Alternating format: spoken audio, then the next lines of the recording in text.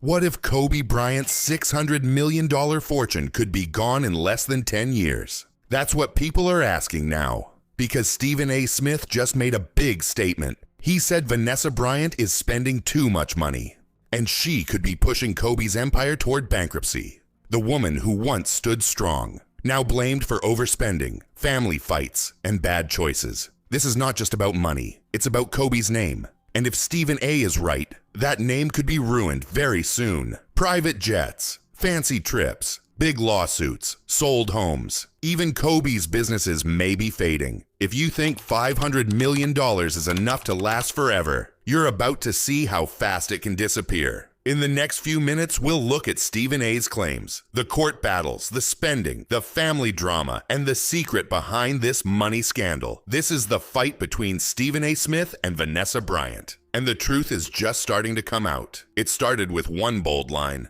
On his show, Stephen A. Smith said something that shocked everyone. He said Vanessa Bryant could burn through Kobe's empire and bankrupt the estate.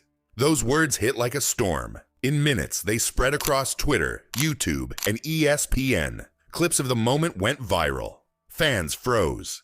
People didn't know what to think. Was the Black Mamba's fortune really in danger? How could this happen? This was Kobe Bryant's legacy. Strong, lasting, and full of purpose. And now people were asking, is it falling apart? Was Vanessa spending too much? Was something being hidden? Stephen A. didn't back down. He said it with full confidence. And millions of fans began to look deeper. But to understand why he said it, we have to go back to the money, back to what Kobe left behind. Because that's where this story really begins. So how much wealth did Vanessa actually inherit after Kobe's tragic death in 2020? In January 2020, after Kobe's sudden death, Vanessa Bryant became the one in charge. She now controlled Kobe's entire estate, worth almost $600 million. It wasn't just savings, it was a huge empire. This included his NBA earnings, a $400 million windfall from his stake in Body Armor, his company Granity Studios, and the Mamba Sports Academy he built to inspire young athletes. Overnight, Vanessa went from a grieving widow to a financial guardian. She had to carry Kobe's dream, alone. But the money didn't just sit quietly, it became a battlefield. Within months, problems started, family issues, legal threats, rumors. People started watching every move she made, every dollar she spent, every decision she took. Because with that much wealth came pressure. And behind the sad headlines, a bigger story was building. A story that had nothing to do with basketball. And everything to do with family and power. So what family betrayal put Vanessa Bryant in the headlines first? In December 2020, the story took a painful turn. Vanessa Bryant's own mother, Sophia Lane, filed a lawsuit against her. She claimed Vanessa promised to support her for life, and now refused. The world was shocked. A grieving daughter, now being sued by her own mom. But that wasn't the only family rift. Kobe's mother, Pamela Bryant, had long been estranged from him. She was accused of trying to sell Kobe's memorabilia years earlier. After Kobe's death, tabloids said Vanessa cut her off completely. Suddenly, the media painted Vanessa as someone who pushed Kobe's family away. Photos vanished, ties were broken, and while fans mourned Kobe, they also started to question Vanessa's choices. Then came Stephen A. Smith, pulling these stories back into the spotlight. He said this wasn't just drama. It was proof the money was slipping, lost in family fights. But this was just one layer of the storm, because behind the family pain, a new threat was rising. Lawsuits, big ones. So what legal battles turned Vanessa's fortune into headlines again? After the crash, Vanessa Bryant didn't stay silent. She took legal action. She sued the helicopter company responsible for Kobe and Gianna's death. By 2023, she won and was awarded $28.85 million. It was a big victory, but it wasn't the only case. Vanessa also sued Los Angeles County. Why? Because photos from the crash site were leaked by first responders. She fought back, and she won again. Justice was served. But victory came with a cost. Lawyers, courts time, stress, and most of all, legal fees. Millions were spent just to win. Money was going out just as fast as it came in. And Stephen A. Smith noticed. He said even Vanessa's wins were shrinking the fortune. That she was fighting so many battles. The empire was bleeding. But was it only the lawsuits? Or was something else making the money disappear? Because some said the real problem wasn't the courts, it was the lifestyle. So was it just lawsuits? Or was her way of living also fueling the fire? Stephen A. Smith didn't stop at lawsuits. He pointed at Vanessa's lifestyle. He showed clips of luxury vacations, photos of designer fashion, and reports of flying in private jets. To some, it looked like she was living big. Too big. Then came the home sales. Multiple houses were quietly sold. Critics started to whisper, was this just downsizing? Or were there cash problems behind the scenes? Fans began asking the same thing, because what they saw looked like spending, not saving. The big question now wasn't just where the money came from, but where it was going. And if even a fortune as big as Kobe's was shrinking, what was left to hold it together? But this was only part of the puzzle, because Kobe didn't just leave money, he left businesses too. So were those businesses still growing, or were they quietly falling apart under Vanessa's control? Stephen A. Smith didn't just talk about spending. He looked at Kobe's empire, and what he saw worried him.